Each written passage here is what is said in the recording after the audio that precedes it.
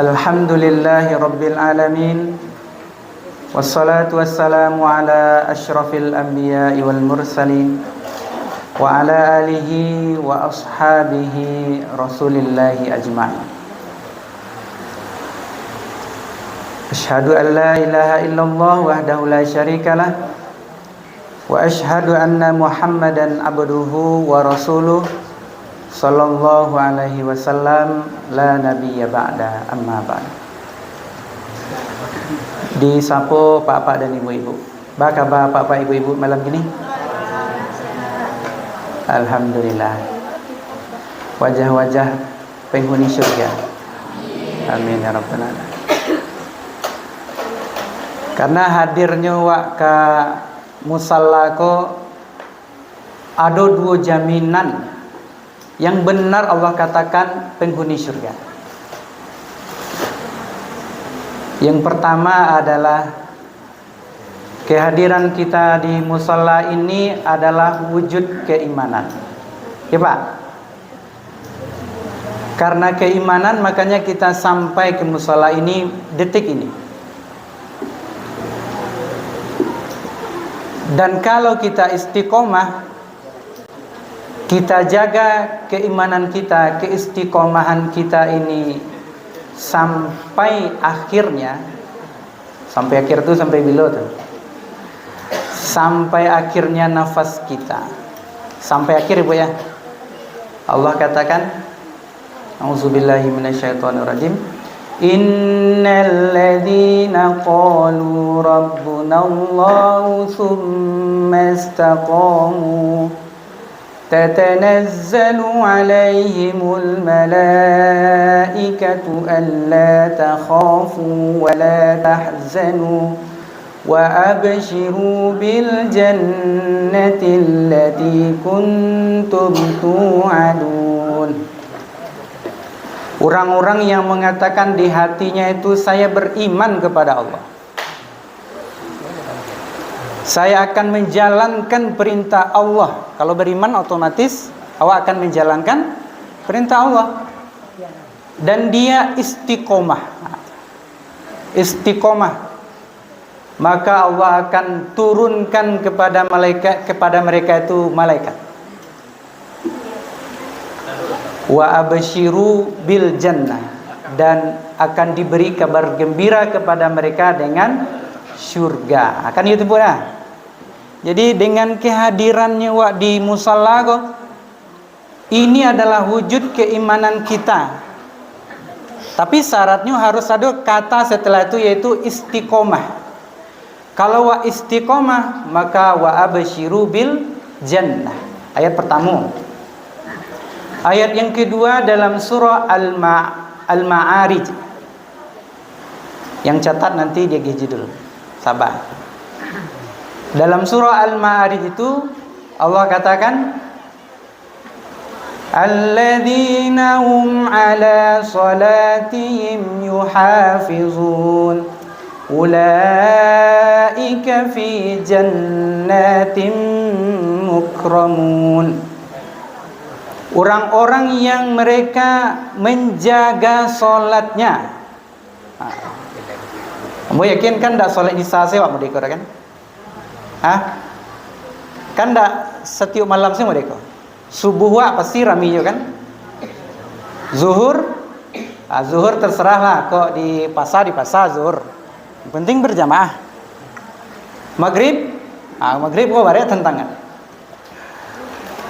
Pabukuan tu menggoda. Tapi kalau waktu tetapnya sampai kemari, isya sampai kemari. Yang jelas di musalla ko maghrib isya, subuh. Kalau zuhur asar mungkin berpencar. Tapi kalau maghrib isya subuh rasanya tetap di sikona.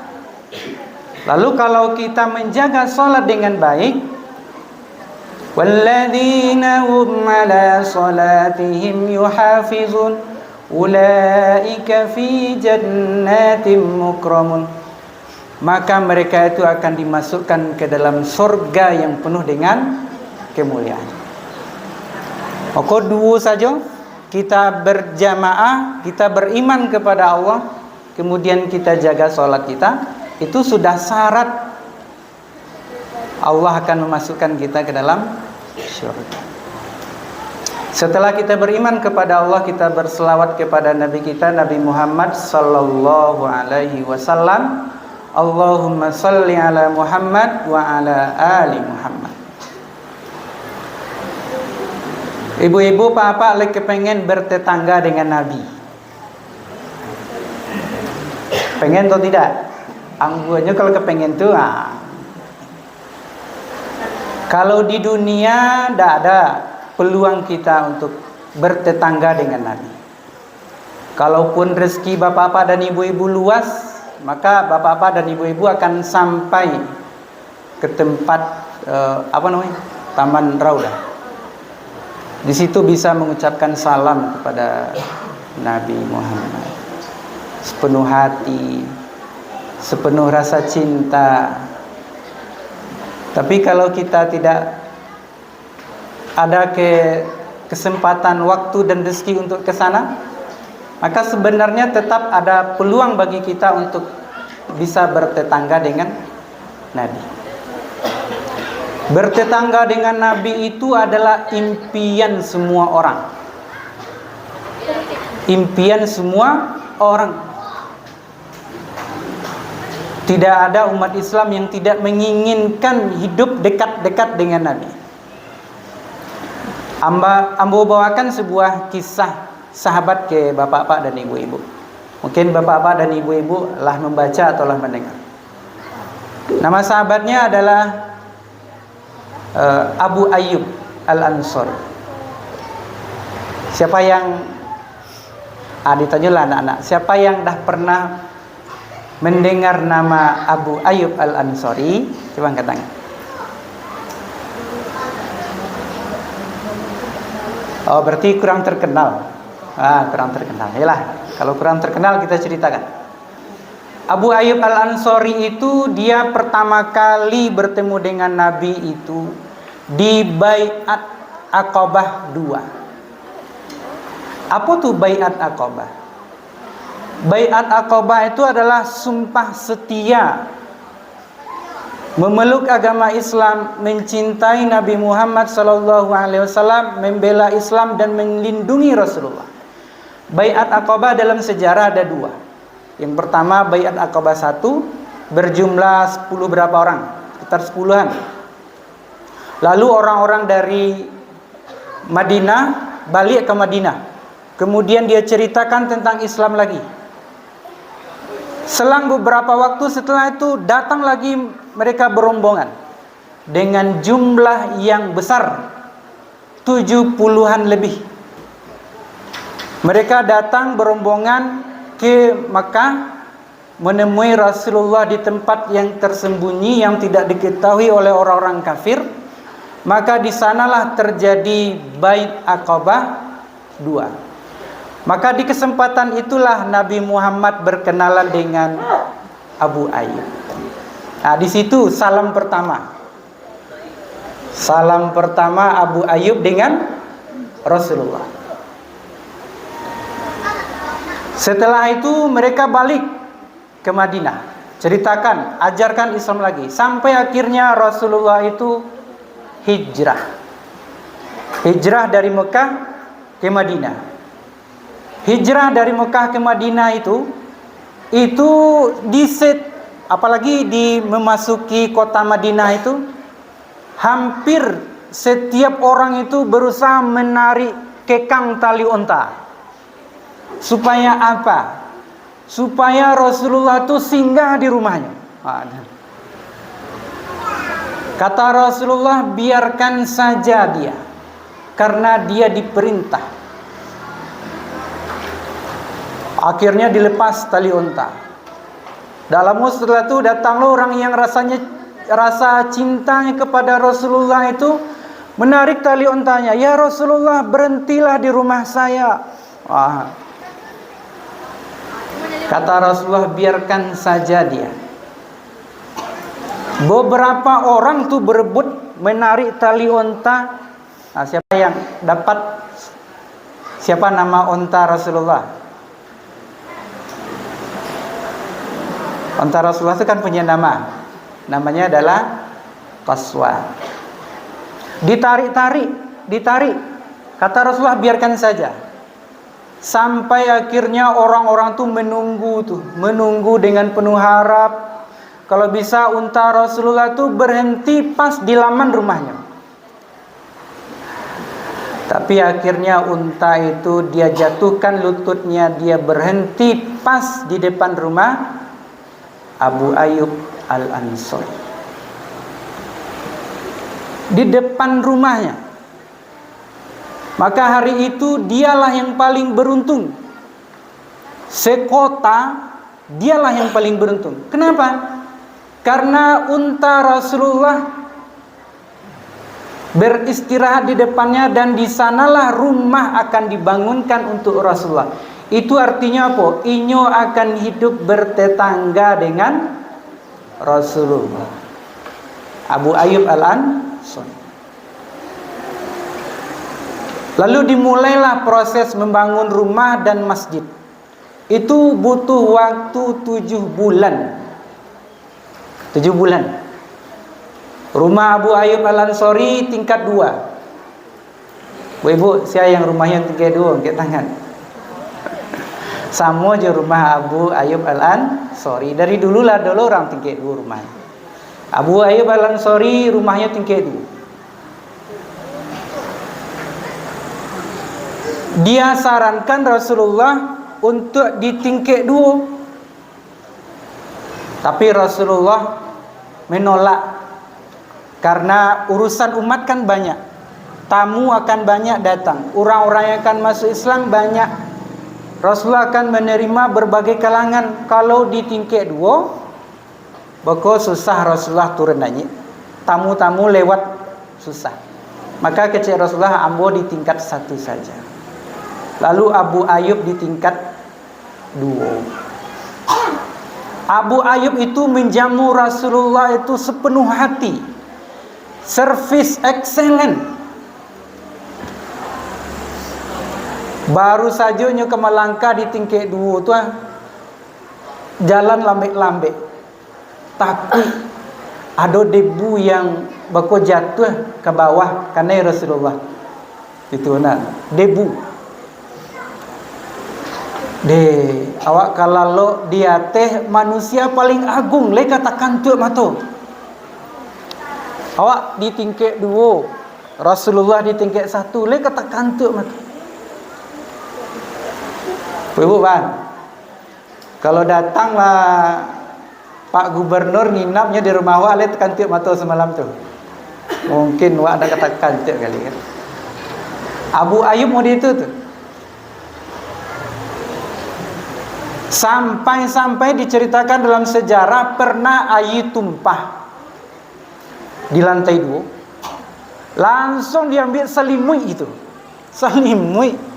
Karena kan yang paling capek menyerap air adalah selimut. Maka langsung diambil selimut, langsung dilapkan. Sajan sampai air tadi itu jatuh ke bawah. Kan Rasulullah begitu. Model itu benar cinta Rasulullah, cinta Abu Ayyub Al-Ansari kepada Rasulullah. Tak senang Abu Ayyub Al-Ansari, tak nyaman hidup, dia rasa olah-olah hidup di atas kepala Rasulullah. Maka dikecen sekali lagi Rasulullah. Sungguh kami sangat berat tinggal di lantai 2. Engkaulah di lantai 2. Akhirnya karena begitu kuatnya permohonan dari Abu Ayyub, akhirnya Rasulullah di tingkat 2. Pindahlah Abu Ayyub tadi sekeluarga ke lantai 1. Sampai 7 bulan lamanya dia servis Rasulullah sebaik-baiknya, menjadi tamu yang istimewa dalam hidupnya, sampai akhirnya Rasulullah pindah ke rumah beliau. Rasulullah meninggal, kemudian Abu Ayyub mewujudkan dulu baiat Aqabah di Aqabah 2 kalau dia akan sepenuh hati mencintai Rasulullah, dan dia akan mengorbankan jiwa dan raganya untuk menyebarkan agama Islam. Maka tekad Abu Ayyub Al-Ansari itu benar-benar dia tunaikan sampai akhirnya jasadnya sekarang terkubur di siapa bapak-bapak yang ibu yang baca? Di Istanbul. Mana Istanbul tuh? Di Turki. Dia asli orang Madinah. Rumahnya paling dekat dengan Rasulullah. Tapi akhirnya jasadnya itu terkubur di Istanbul, penaklukan Islam. Begitu cinta. Maka kita juga berharap bisa menjadi tamu Rasulullah, menjadi tetangga Rasulullah di dalam surga. Aku dan orang yang memelihara anak yatim seperti ini di dalam surga. Berbuat baik, orang yang paling baik akhlaknya, maka tempatnya di dalam surga dekat denganku. Bapak dan ibu-ibu yang mencatat baru dia judul. Tadi baru pengantar tentang cinta dan bertetangga dengan Rasulullah. Semoga kita semakin sering berselawat kepada Nabi. Judulnya adalah Hikmah Ramadan ini berulang-ulang. Hikmah Ramadan berulang-ulang. Tuan Patang ambo diamanahkan ada di situ. Tanpa terasa inilah tibo lo balik. Nang katibo alun tentu. Nalah lewat lah panjang. Bapak dan ibu-ibu dan lah berumur 70, 60 lah berakali melewati Ramadan. Apa hikmah dari Ramadan ini berulang-ulang? Bako ndak sekali se Ramadan kau dia haji sekali kewajiban doanya nak. Tapi Ramadan setiap tahun Allah beri. Maka di antara hikmah yang bisa kita ambil adalah yang pertama adalah tajdidul iman. Memperbaharui iman. Iman tadi itu kecil Rasulullah itu seperti gelombang. Kadang dia naik, kadang dia turun. Kadang iman tu naik tinggi, kadang-kadang turunnya dalam dong. Kalau ndak pandai-pandai bisa saja iman tu gersang setar. Maka perlu ada momen-momen supaya iman itu terasah. Semua punya kendaraan. Kendaraan itu dipakai seterima kira-kira. Rusak. Harus ada sekali-sekali silaturahim ke tukang bengke ya. Gak sekali sekian bulan, latih bolo di bengke boleh. Memperbaiki kendaraan, lah lamu dipakai. Maka begitu pula iman kita. Karena tantangan iman ini berat. Ya kan? Tantangan iman ini berat. Pekerjaan kita sehari-hari bisa menggerogoti iman kita. Habis apa saja. Bukan awak saja kini yang merasa iman awak itu turun naik. Di zaman Nabi pun ada sahabat yang mengecehkan Hanzalah lah munafik. Namanya Hanzalah lah munafik. Bosobok je Abu Bakar. Hanzalah lah munafik. Hanzalah apa yang bagi CN? Iya Hanzalah lah munafik. Bakok munafik. Kalau awak di basobok je Rasulullah, kalau awak dengar nasihat Rasulullah, awak hadiri majlis Rasulullah, maka seolah-olah surga dan neraka tu jaleh dia awak. Iman awak tu nanya seh. Tapi kalau lah berpisah awak je Rasulullah, lah sibuk awak je kerja awak, lah sibuk awak je keluarga, maka iman awak tu turun. Maka munafik rasanya. Lalu kecil Abu Bakar, Yo samu ayo. Lalu keduanya dengan perasaan murung sedih menghadap kepada Rasulullah. Ya Rasulullah, kami ku munafik rasanya Rasulullah. Abah mantun. Iya. Kalau dekat engkau rasanya iman kami ini selamat saja. Gairah beribadah bagus. Tapi kalau kami sudah berpisah denganmu, kami kadang-kadang lalai. Maka kecil Rasulullah, memang harus banyak awak memikirkan akhirat, dan sekali-sekali awak harus memikirkan dunia.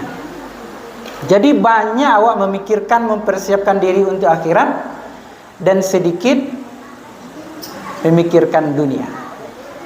Nah, itu yang pertama. Jadi Ramadan ini kembali memperbaiki iman kita, supaya iman kita ini baru lagi. Kalau tolah keluar dari bengke, lah turun masin apoles kalau macam, maka ketika dipakai sanang balik. Honda kalau lah banyak nak rusak, gigi tariknya lah, remnya lah, ikunya lah, lampu, klason segala macam nak lah rusak. Pergi ke bengke, dipele di orang bengke, dipakai, sanang lah balik. Ramadan mudah itu. Lah 1 tahun lo wak meninggalkan Ramadan. Lah banyak lo kelalaian awak di mana. Entah solat awak, ucapan awak, segala macam lah. Lalu kini datang Ramadan balik. Diperbaiki iman awak, diperbaiki iman awak balik. Ting pertama. Nan kedua, cepet sekali. Nan kedua, momen penghapusan dosa. Setahun kalau keluarlah list dosa awak gua malu anak. Kayak papa ibu-ibu pergi belanja ke supermarket atau kami ke apa? Keluar struknya kan? Nyeri wak. Dibawa sakaranjang kok. Kamu cari pernah papa dari mana? 3 karanjang belanja. Banyaknya papa aku belanja. Dia tong sedet awak menunggu saya pandai lo kan. Kalau luas struknya panjangnya, beras adanya sekitar 800 yen. Itu untuk kebutuhan rumah saya betul. Struknya. Lalu kalau ada lo punya struk dosa, beralaka panjangnya struk dosa awak ya. Astaghfirullahalazim, astaghfirullahalazim, astaghfirullahalazim. Setiap kesalahan lah dicatat dosa. Tapi jaminan penghapusan dosa tidak pernah disampaikan kawan. Lalu pernah awak dapat surat penghapusan dosa? Yang jaleh Ramadan datang, man soma Ramadana imanan wahtisaban ghufira lahu ma taqaddama min zanbi. Itulah jaleh tu. Tak perlu luak ragu leh. Iyo kadiampuni dosa wak dengan Ramadan kok. Iyo. Rasulullah itu adalah orang yang siddiq, orang yang jujur ucapannya. Tak mungkin dia berbohong kepada umatnya. Maka Ramadan kok datang supaya apa? Supaya terhapus dosa-dosa kita.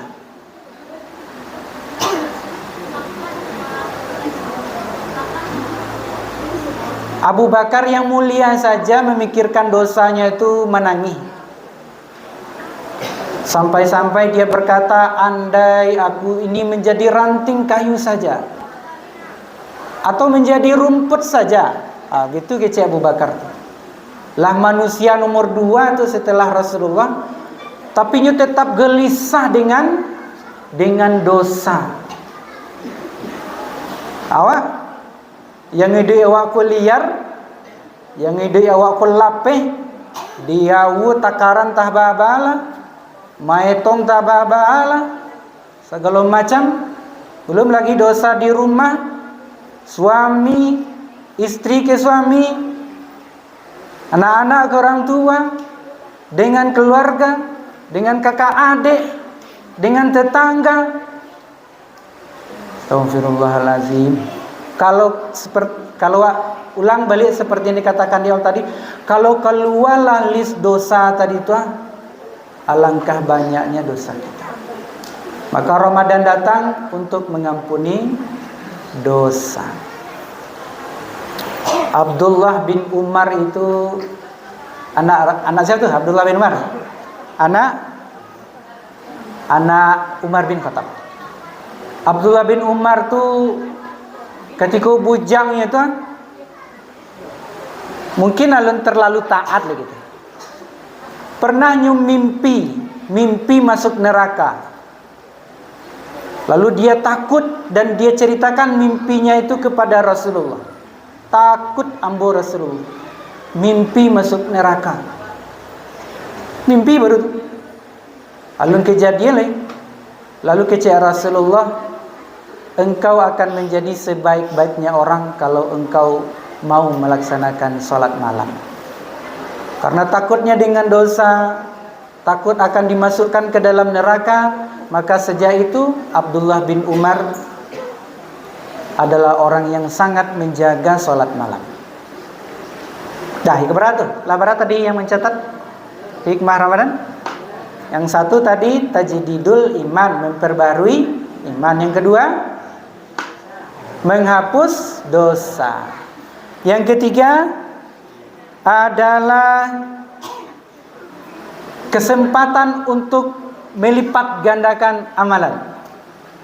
Kalau orang ada cara untuk menternak uang, namanya itu riba lah ya. Uang kau diternak, banyak jadinya.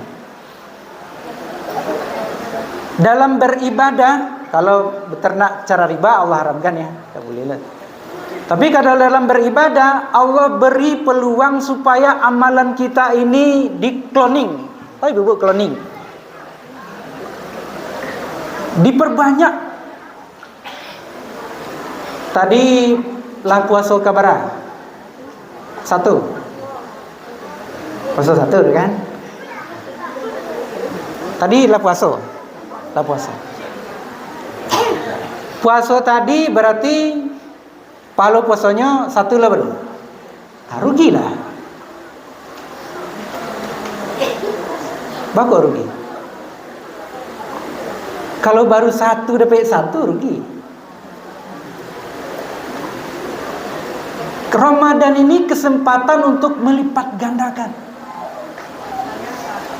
Kalau sebulan Ramadan 30 hari, awak dapat 30 lo puasa, maka rugi. Bukankah Rasulullah mengatakan siapa yang dia memberi perbukaan untuk orang yang berpuasa, dia akan mendapatkan pahala yang sempurna seperti orang yang berpuasa. Cloning kan? Cloning puasa itu. Ibadah itu bisa dilipat gandakan. Maka kalau bisa baru hari pertama puasa awaklah mengumpulkan sekian pahala. Lah mulai bapak dan ibu-ibu tadi berbagi. Alulai masih berbungkus orangnya baru. Rugi. Maka harus dilabihan pembukuan. Target itu. Karena Allah memberi peluang pahala puasa ini berlipat. Bali sate kalau bisa agak 10 tungkuih untuk tetangga gitu. Agian dimakan agak 2 tusuk saja orang wak dapat pahala full seorang orang. Kecik Rasulullah berbagi dengan kurma saja dapat pahala. Berbagi dengan air saja dapat pahala. Itu puasa tu. Belum ibadah yang lain. Kalau 30 puasa, kalau bisa dapat ratuin kali lah wak. Dibalik kurma agak 3 kilo tu, dipaket lah, dipaket diantar teh berbuka jika, pak berbuka jika, pak tu berbuka jika. Coba bayangkan. Andai orang tadi berbuka dengan kurma tadi itu seminggu, maka waklah mendapatkan pahala sebanyak itu. Itulah hikmah Ramadan itu diberikan oleh Allah supaya kita bisa menggandakan amalan-amalan kita. Dah 3 sajalah tuh. Mudah-mudahan yang 3 itu membuat kita bersemangat di Ramadan ini. Yang pertama, kita perbaharui iman kita. Semoga rasa cinta kita kepada Allah semakin baik, ibadah kita semakin baik. Yang kedua, terhapuskan rentetan panjang dosa-dosa kita, malu kita. Wa tara kullu ummatin jathiyah. Nanti manusia itu tertunduk malu di hadapan Allah mengingat dosa-dosanya.